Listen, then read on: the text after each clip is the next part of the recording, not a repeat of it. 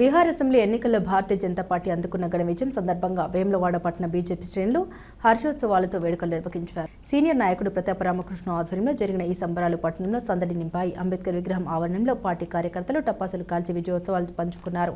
అనంతరం నాయకులు పరస్పరం మిఠాయిలు పంచుకుంటూ బీజేపీ విజయాన్ని ఆనందంగా జరుపుకున్నారు. ఈ కార్యక్రమంలో బీజేపీ పట్టణ అధ్యక్షుడు రేపల్లి శ్రీధర్, పార్టీ నేతలు, కార్యకర్తలు పెద్ద సంఖ్యలో పాల్గొన్నారు.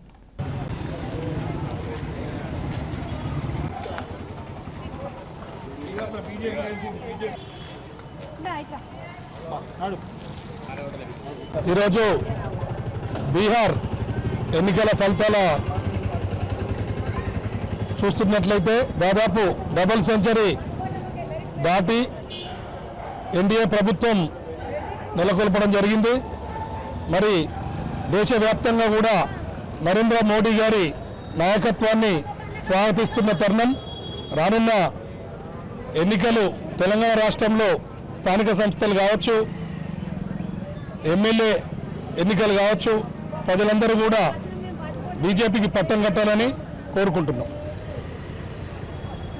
దేశవ్యాప్తంగా కూడా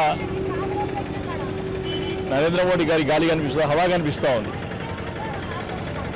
11 సంవత్సరాల నుంచి ఎన్డీఏ ప్రభుత్వం ఈ దేశంలో చేసుకున్న అనేకమైన శ్రామికుల కోసం, కర్షకుల కోసం, సామాన్య ప్రజల కోసం తీసుకున్న నిర్ణయాలు ఏవైతే ఉన్నాయో మనకి ప్రస్ఫుటంగా కనిపిస్తూ ఉన్నాయి.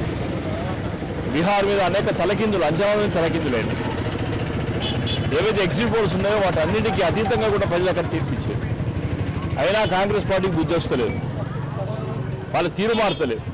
ఎక్కడ ఒక బై ఎలక్షన్స్కు 5,000 కోట్ల రూపాయలు ఖర్చు పెట్టి ఒక బై ఎలక్షన్ మీద సంబరాలు చేసుకున్నప్పుడు కూడా అనేక మంది నాయకత్వంలో పనిచేస్తూ ఉన్నాం. మేము ప్రత్యేకంగా కూడా పార్టీ క్యాడర్ ఏదైతున్నదో నాయకత్వం కోసం, జెండా కోసం, లేకపోతే సిద్ధాంతం కోసం పనిచేస్తున్న లక్షలాది మంది కార్యకర్తల పార్టీ విజయానికి పొంగిపోయి విజయానికి బాగా సంతోషపడి అభయాన్ని పొంగిపోయే ప్రసక్తి లేదు. ఆ రకంగా తెలంగాణ పార్టీ ఉండకపోలేదు.